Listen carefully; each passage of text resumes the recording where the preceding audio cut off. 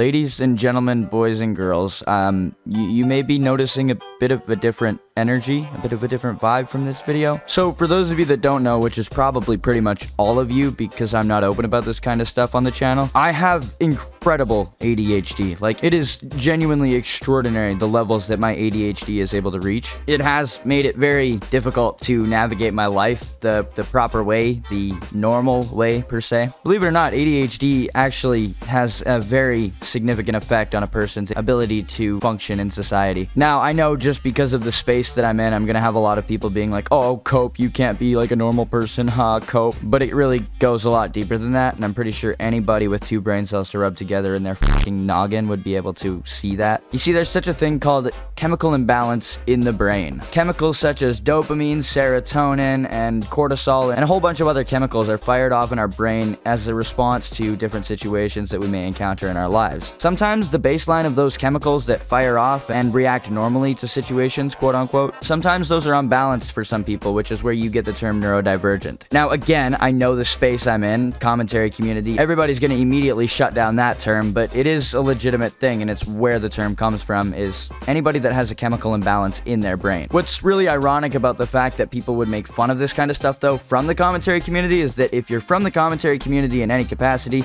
you probably have some of these issues. Why the f else would you be listening to some random dude talk about drama that you could form your own opinion on? You're probably a little retarded. I am. That's why I make commentary content. Anyways, dude, why, what actually encouraged me to make this video? What direction am I taking this in? See, that's also a problem with ADHD. There's no such thing as really playing it by ear. You know what I mean? If you don't have a direct target to go towards, you're kind of fucked, which is why you guys won't usually see videos like this on the channel. Because I don't have the brain capacity to make them. Anyways, what the fuck? I need a drink from... Anyways, dude, carrying on with the video, I do remember now why I wanted to make the video in the first place. Now, I got my ADHD diagnosis at a very young age, right? Like a very young age. I think I was still... I don't even remember getting the diagnosis. That's how young I was. I was also diagnosed with ODD at a very young age as well, which ADHD and ODD, oppositional defiance disorder is what ODD is, by the way. But ADHD and ODD are both just kind of like rebellious child behavior. I don't know. When you're young and you get diagnosed with something like that, it's definitely worth exploring later on in life as well to see if you still have. Because the line between, like I said, a rebellious child and a child ridden with ADHD or ODD is really blurred, and there's really not much difference, so it kind of just goes off of whatever the doctor you're talking to feels like saying. Now, I see a lot of people asking while watching this video, Buster, why are you airing out your mental illnesses on your public platform like this? Well, I mean, I don't really see ADHD and ODD personally as like some sort of major mental illness. Obviously, it's held me back in a lot of different areas of life. I mean, if anybody in the audience has ADHD, I'm sure you can relate. But I guess I just don't take any shame in it. You know what I mean? There's no shame to be had about having ADHD, especially when pretty much anybody that would say that there's shame to be had in ADHD wouldn't understand the extent of how far ADHD can really reach into your life.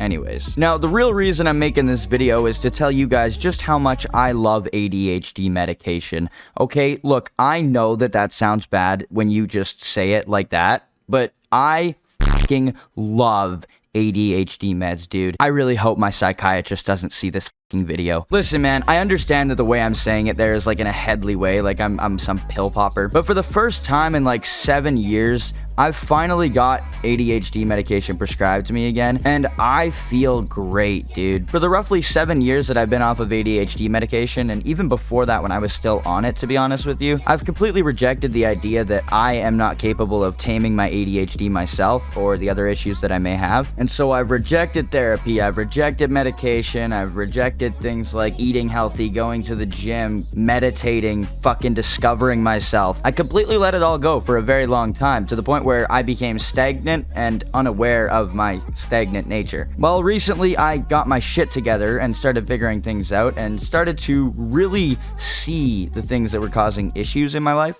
And so I took a step back. I went and started seeing some counselors. I got an initial one-time meeting booked with a psychiatrist, which is what brings us to where we are today, making this video. Now, to anybody watching this video that does not have ADHD, do not take ADHD medication. It is not for you. You should not be doing that. You are a drug addict if that's what you're doing for fun. I don't care if you think you have ADHD. I don't care if your friend that has ADHD says you probably have ADHD. Don't take meds that aren't prescribed to you in general, period, okay? Right? Of course, if you think you have a legitimately undiagnosed mental illness like ADHD or anything else I've talked about in this video, definitely inquire about that with your local psychiatrist or doctor. But for the love of God, don't go around taking medication that you don't know if it's for you or not. These medications are put to test with millions and millions of dollars to very specifically balance out the chemicals in the brain that would be unbalanced if you, say, had ADHD and wanted to take ADHD medication. The ADHD medication is very specifically created for people with ADHD. It's going to benefit us. But if you, a person without ADHD, takes this shit, it's gonna make you think you're doing a lot. It's gonna make you think you're doing good. But that's all gonna be a complete and utter illusion because you're gonna be fucking high. You're not just gonna be getting brought down to your baseline like people with ADHD. You're gonna be fucking high. It's like the episode of Family Guy where Stewie gets ADHD medication and Stewie legitimately has ADHD. So when he takes it, he gets brought down to a chill level. But then Brian comes along, doesn't have ADHD, and takes Stewie's medication and starts going on this wild bender, coming up with this new universe of different species and languages and everything like that he wants to pitch to the creator of Game of Thrones. And then when he goes to pitch it to the creator of the Game of Thrones, the guy says to him, "Are you on medication, Brian?" And Brian says, "How did you know?" And George R.R. Martin responds to him by saying, "This is a lot,